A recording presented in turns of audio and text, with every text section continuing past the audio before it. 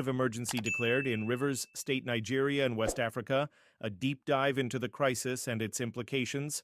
On March 18, 2025, Rivers State, one of Nigeria's most economically significant regions, was plunged into chaos as the federal government declared a state of emergency. This drastic measure comes amid escalating violence, political instability, and a breakdown of law and order in the oil-rich state. The declaration has sent shockwaves across the nation, raising questions about the underlying causes of the crisis and its potential impact on Nigeria's economy and security. This article delves into the events leading up to the declaration, the immediate consequences, and the broader implications for the region and the country at large. Readers can expect a comprehensive analysis of the situation, including expert insights, historical context, and potential solutions to address the crisis. The catalyst. What led to the state of emergency?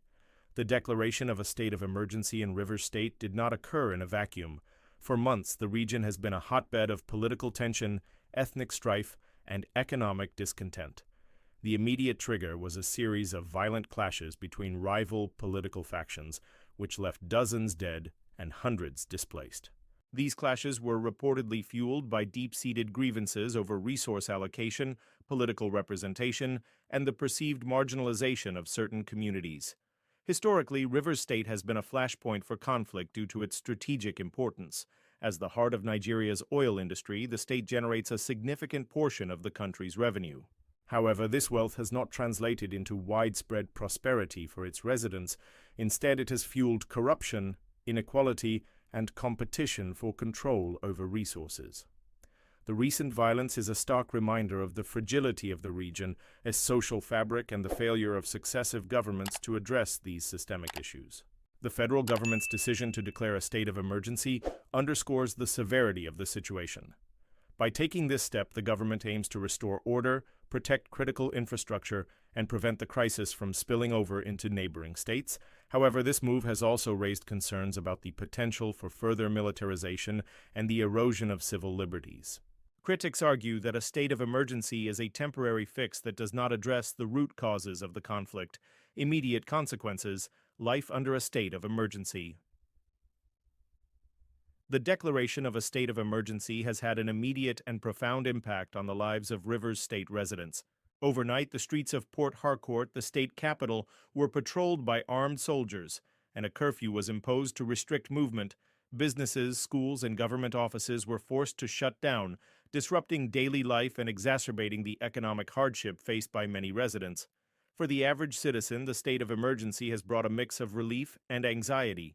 On one hand, the presence of security forces has provided a sense of safety in areas previously plagued by violence.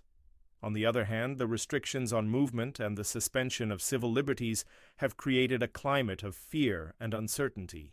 Many residents are worried about the potential for abuse of power by security forces, as well as the long-term impact of the crisis on their livelihoods. The economic consequences of the state of emergency are already being felt. Rivers State is a major hub for Nigeria's oil and gas industry, and any disruption to its operations has far-reaching implications. With production facilities at risk of being shut down or damaged, the crisis could lead to a significant drop in oil output, further straining Nigeria's already fragile economy.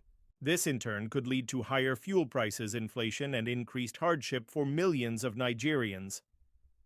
Broader implications. What does this mean for Nigeria? The crisis in Rivers State is not just a local issue, it has national and even international ramifications.